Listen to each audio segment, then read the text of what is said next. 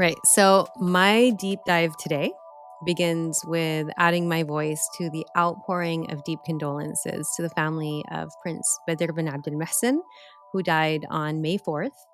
And really, it's actually condolences to the Saudi people and anyone, actually, everybody whose lives he's touched. He was a renowned poet, nicknamed as the architect of words. So he was the president of the Saudi Society for Culture and Arts since 1973. He was only 75 when he died in Paris after battling cancer. He was an intellectual and he had a deep-seated love for literature and poetry. Poetry, I think it's important to say the reason why people are very sad that he has passed away is that poetry plays a very, very big role in many people's lives in the Arab world and in Saudi Arabia. And Prince Bader bin Abdulmohsen poems really have been turned into some of the most impactful and famous songs by famous composers and the leading Arabic singers kind of the contemporary times. So Saudi singers such as Mohammed Abdu, Talal Maddah, but Emarati singer like Ahlam, Kuwaiti singer Nawal, Iraqi Kathem Alsaher, Saber Alrebai from Tunisia, Asala from Syria, Lebanese Najwa Karam, and so many more people have sung his poems. So he really speaks to kind of the Arab world as a whole. And he had this incredible ability to just I'm actually kind of tearing up a little bit, but he had this incredible ability to kind of craft poetry that articulated the emotions of love and longing and feelings in such a talented manner. He was very eloquent, and his eloquence kind of just encapsulates the experiences of, love and reflection. And he was very, very thoughtful. And I was speaking today to a friend and colleague. She's a CEO at Green Space, and her name is Dr. Rima Turki. And she was telling me that she was in tears. And I just kind of wanted to actually quote the beautiful tribute that she wrote to him on LinkedIn. As we bid farewell to a soul who was not just a cloud in our lives, but also a thread woven into the fabric of our nation, I find myself grappling with the question. I extend my condolences to your loved ones, to our country, or to my own youth and formative years. The loss of a prince and a poet who left an indelible mark on our culture and identity is a void that cannot be measured. His influence on our culture is immeasurable. His ideas have shaped our emotions, thoughts, and expressions. As we grieve his departure, let us also celebrate the legacy he has left behind. In honoring his memory, we pledge to keep creativity alive, a testament to the profound impact he had on our lives. Your departure has stirred many emotions within us, joy, sadness, and loss. Yet, like a gentle breeze, your words will continue whispering in our ears, reminding us to cherish our hometown, poetry, and love. Our Prince, may you rest in peace. You taught us love and hatred. We will honor you by breathing your poetry and loving our country. End quote. So I think, her tribute really does encapsulate kind of what so many people are feeling in his loss. He was awarded or honored by UNESCO in 2019 on World Poetry Day in a Paris ceremony where he recited a suite of his poetry speaking at the ceremony. And the UNESCO Director General, Audrey Azoulay, praised him for his humane message. And I was going to quote him as well. Every form of poetry is unique, but each reflects the universal of the human experience, the aspiration for creativity that crosses all boundaries and borders of time, as well as space in the constant affirmation of humanity as a single family. That's the power of poetry, she said. So only some of his work has actually been translated into English, including a selection that was published by Ithra in Aramco in 2021. But one of his most kind of famous poems was sung by the phenomenal Abdurrab Idris, which is called Leila. So we'll have a link to this and some more of his sung poetry and music in the show notes for people to listen to it. But I will say, just as a final note on that, is that, I think, again, the theme that we've talked about a little bit throughout the podcast is that there's a human side to everybody in Saudi that people don't see as often. And, all of our songs are about love and pain and suffering and boundaries. And he was really, really good at articulating that. And so he is kind of the voice of the formative years of a lot of young Saudis. So may he rest in peace. Rest in peace. Very well done, Hannah. I mean, you asked me earlier today if I had heard of Prince Bader, and I had not. And so in advance of speaking with you today, I read a bunch about him.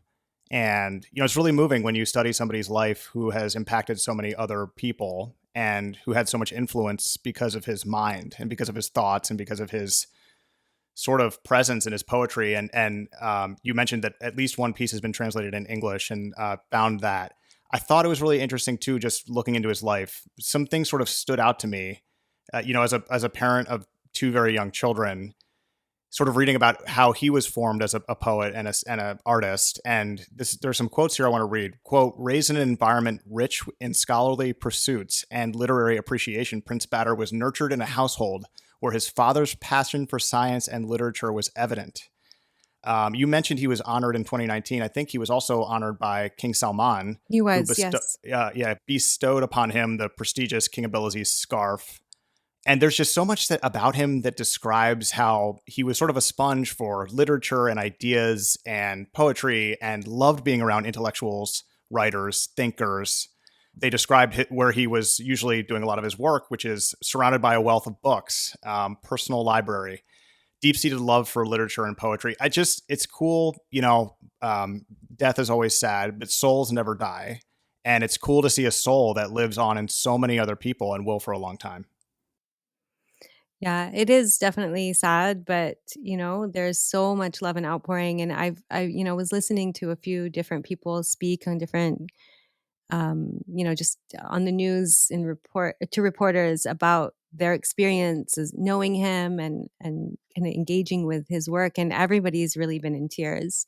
And there's this tradition in Saudi of having, kind of big shows of actually the poet just sitting on stage reading poetry to a huge audience, just poem after poem. And this is something that people do attend, longing to listen to these renowned figures just reciting their own poetry, not sung, just spoken, because there's also an art to reciting it. And I think, listening to him recite the poems sometimes is more touching than listening to the songs that have been turned, the poetry has been turned into. But I think that because of the music, it's been something that has touched more people's lives, because that's not necessarily a tradition outside of Saudi Arabia. So it's wonderful to know that his legacy will live on.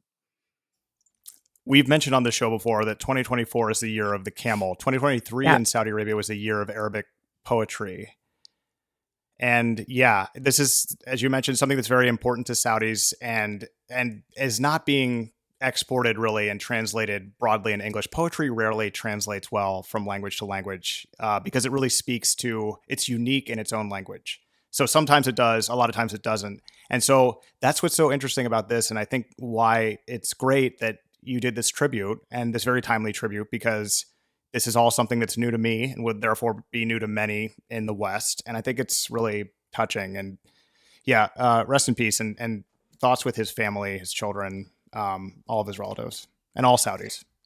And just a little shout out to my husband, Aziz, who used to organize these poetry nights at his school when he was in high school. And he got the tradition really going in the school for people to write poetry and recite. And they didn't write their own. A lot of times they would recite other people's, and sometimes they would write their own.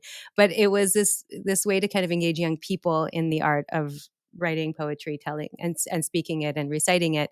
And I think that, as a last note, I am excited when Saudi Ministry of Culture name a year after a tradition that is so deep-seated, because it really does show how we can take that and turn it into something that young people really engage in and admire and appreciate and take to the next level. And I think that, when somebody like this dies, maybe younger Saudis don't know his work as well, and now they will, because he's going to be present in the news, and they have these opportunities from the Ministry of Culture to now be more engaged with these things. So that makes me happy as well. Yeah, that's really cool that Aziz did that. My parents really liked poetry, especially my mom, and she used to pay me $5 for every poem that I memorized as a kid. She gave me Really? a book of poems. Yeah, I know. Yeah, so it's weird because like you do that and you're like, cool, like got $5 or whatever. And then over time you like hear parts of the poem somewhere and you're like, wait, I know that. And then it comes into your brain, and then poetry sticks, like it really sticks in your brain. And so like somebody will say part of a poem and I'll just immediately say the rest of it. This is good that we're doing this sort of tribute because it's worth it and it's worth highlighting. So well done. Thank you.